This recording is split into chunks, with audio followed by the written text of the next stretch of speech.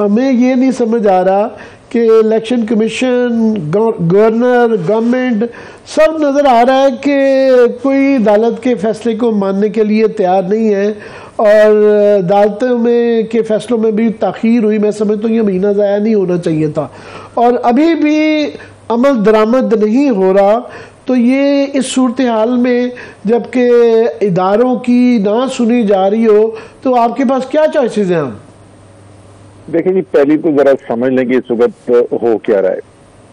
आइन के अंदर जो लिखा हुआ है वो उसमें कोई इबाम ही नहीं है। जैसे अभी आप भी तबसरा कर रहे थे, तारीख देनी है, चले हम अदालत जाना पड़ गया। अदालत ने एक बिल्कुल वाज़ेह फैसला दे दिया और उन्होंने कहा कि फौरी तौर के ऊपर इसके ऊपर अमल किया जाए।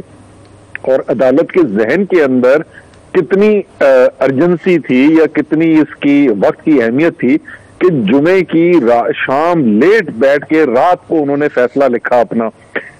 तो इन्होंने सबसे पहले तो फौरी ये काम किया कि उसमें जो कहा था कि आप मुशावरत से करें गवर्नर की, तो हफ्ते को नहीं, इतवार को नहीं, पीर को नहीं, मंगल जाके उन्होंने मुलाकात की है।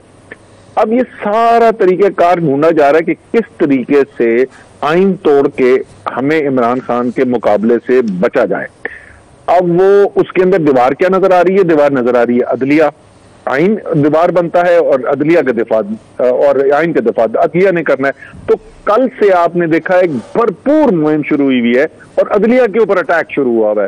तो मेरी ट्वीटें उठा के देख लें, पिछले 2-3 हफ्ते पहले से मैं आपको बता रहा हूं, जो भी आइन में यकीन रखता है, जमहूरियत में यकीन रखता है, उसको कोई शक नहीं होना चाहिए इस वक्त पाकिस्तान का आइन खतरे में है और पूरा इरादा है इनका कि आइन, पाकिस्तान के आइन को तोड़ने का।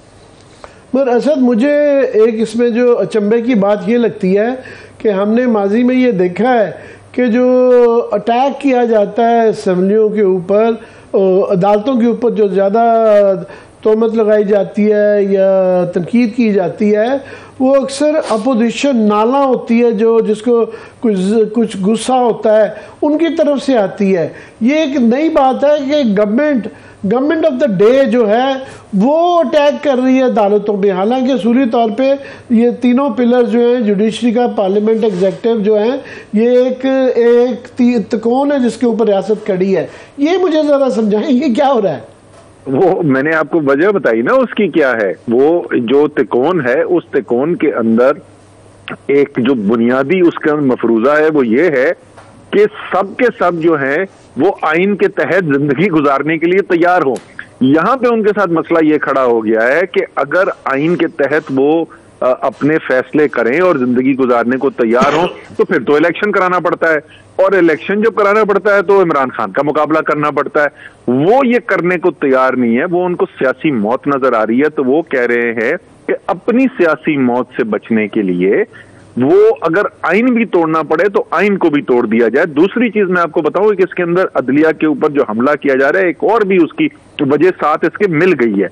ये जो सारा रजीम चेंज ऑपरेशन किया गया, मुख्तलिफ उसके जो पार्टनर थे, मुख्तलिफ उनके अहदाफ थे, लेकिन ये जो पीडीएम वाले थे, इनका एक बुनियादी नुक्ता ये था कि नैब के कानून जो हैं, उनके केसेस जो हैं वो आखिर तक पहुंच रहे थे, वो मंतकी अंजाम तक पहुंच रहे थे। तो उस गिरफ्त से निकलने के लिए कानून बदला नैब का और अपने सैकड़ों अरबों रुपए के केस माफ करा दिए। अब वो नैब का केस जो है वो सुप्रीम कोर्ट के सामने लगा हुआ है और वो भी पेनल्टी पे पहुंचने वाला है। इनको खतरा ये है कि वो अदालत जो है उस कानून को आइन से मुतसादम ना करार दे। तो ये सारा दबाव बढ़ाया जा रहा है कि किसी तरीके से अदालत को अपना काम करने से रोका जाए, दबाव डाल के, खतरा पैदा करके। ये अब आपकी असद जो पकड़ धकड़ जारी है, तो आपने एक जेल भरो तहरीक का ऐलान किया है, तो ये समझाएं हमें कि ये हुकूमत के ख़िलाफ़ है, इस्टेब्लिशमेंट के ख़िलाफ़ है, इलेक्शन कमीशन के ख़िलाफ़ है, और क्या ये जब आप लोग सारे, आपने खुद फरमाया कि मैं भी जेल में, क़यादत जाएगी अब, तो लेट्स से कि अब इलेक्शन, क्योंकि अदालत ने कह दिया कि ज़्यादा देर तक वो लटका नहीं सकते हैं, तो अगर आप लोग जेल में ही जाके बैठ गए तो फिर इलेक्शन की क़यादत कौन करेगा? वो शेख रशीद साहब क्योंकि जेल से बैठे ख़त में ख़त लिख रहे हैं कि जी मेरा इंतखाबी निशान जो है ना कलम दुआद रखिएगा, तरला ही कर रहे हैं बैठे। तो ये आप समझते हैं कि ये समझदार फलसफा है? अच्छा जी, ये अगर आइन के ऊपर अमल दरामद हो रहा है और इलेक्शन की तरफ हम जा रहे हैं, जैसा मेरा आज भी यकीन है कि इंशाल्लाह ताला इनको जाना पड़ेगा, इनको चाहे घसीट के ले जाना पड़े लेकिन ले जाएंगे हम इलेक्शन के लिए, तो फिर तो आपको इसकी जरूरत नहीं है। लेकिन अगर आइन पर अमल दरामद खत्म हो गया, अगर वाज़ेह तरीके से आइन को तोड़ा जा रहा है, इलेक्शन गैर आईनी तरीके से रोका जा रहा है, तो हमारे पास फिर मुदाफ़अत ही करनी है ना। मुदाफ़अत करने के लिए आप बहुत बड़े बड़े जलसे जुलूस करके और रियासत के साथ मुतसादम हो सकते हैं, या आप एक पीसफुल रजिस्टर पुरअमन मुदाफ़अत कर सकते हैं। और पुरअमन मुदाफ़अत के लिए मुशावरत करके ये फैसला हुआ कि ये तरीक़ाकार जो है वो बेहतरीन है कि जेल भरो तहरीक की जाए। जब इलेक्शन ही कोई नहीं है तो कौन से इलेक्शन की निगरानी करानी है? तो हमने कम से कम ये दिखाना है कि हम इस आइन के दिफा के लिए, इस जमहूरियत के दिफा के लिए हम अपनी जाती कुर्बानी भी देने को तैयार हैं, और उसके लिए जेल जाना पड़े तो जेल भी जाने के लिए तैयार है। सही है, लेकिन असद उमर साहब, आप लोगों के जो करोड़ों फॉलोअर्स इस वक्त खान साहब के साथ हैं या आप लोगों के साथ सड़कों पर निकलने के लिए, तहरीक में शामिल होकर जेलों में जाने के लिए तैयार हैं, सबका सवाल यही है कि तहरीक का ऐलान तो हो गया, शुरू कब होगी? अभी आप फवाद चौधरी साहब, हमाद अजहर साहब जब मीडिया टॉक कर रहे थे जमान पाक के बारे, तो आपने कहा था कि जी आइन से इनहराफ किया गया तो जेल भरो तहरीक शुरू हो जाएगी। आइन से इनहराफ तो हो चुका, जो डेट एक्सपेक्टेड थी उससे तो दिन बहुत आगे निकल रहे हैं और ना जाने कितने और आगे जाएंगे। कब से शुरू कर रहे हैं आप तहरीक? नहीं, अभी तो आइन से इनहराफ की कोशिश की जा रही है और भरपूर कोशिश की जा रही है, अभी तक इनहराफ हुआ नहीं है। जैसे मैंने कहा, मैं तो आज भी इस बात पर यकीन रखता हूं कि इंशाल्लाह ताला ये आएंगे इलेक्शन की तरफ। अभी तो परसों पेशावर की जजमेंट आने वाली है, उसकी नेक्स्ट हियरिंग है, वहां पे तो बिल्कुल ही स्याह सफेद केस है ना, वहां पे तो कोई मेरे ख्याल में जितनी टाइम दे भी दिया है, ये भी बहुत ज्यादा टाइम दिया है। आपको पता है ना, वहां पे दिफा, आपके जरिए मैं जरा आवाम को बताऊं कि उन्होंने दिफा क्या पेश किया है। वो एतराफ कर रहे हैं कि जुर्म तो मैं कर रहा हूं, लेकिन उनका वकील कह रहा है कि जी गवर्नर को आइन के अंदर इस्तिस्ना हासिल है, तो इसलिए वो जानते बूझते जो है ना आइन तोड़ेंगे। उनकी गलतफहमी तो दूर कर दी है इलेक्शन इन्होंने, अदालत ने, हाई कोर्ट ने।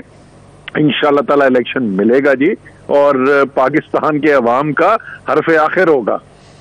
सर, ये एक नई असद रवायत कायम हो गई है कि जो हमारे यहाँ बड़े कामी किसी मुल्क में मैंने सुना है, केयर टेकर गवर्नमेंट, निगरान हुकूमत की जाती है कि ताकि उसके पीछे स्पिरिट ये थी कि एक दूसरे पे इल्ज़ाम न लगाया जाए कि जी फेवर कर रहे हैं एक पार्टी को या दूसरी को।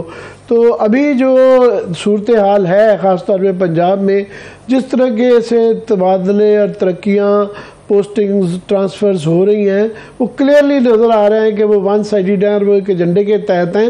एक ना तो आपकी तरफ से कोई मुझे उसके ऊपर कोई बहुत ज़्यादा मज़ाहमत नज़र आ रही है, अदालतें जो हैं वो भी उसके ऊपर इतना कोई कमेंट मैंने नहीं देखा, और सबसे इम्पोर्टेंट जिसका ये काम है वो इलेक्शन कमीशन का काम है कि उसका वो गवर्नमेंट केयर टेकर के अंदर वर्चुअली वो इलेक्शन कमीशन चलाता है।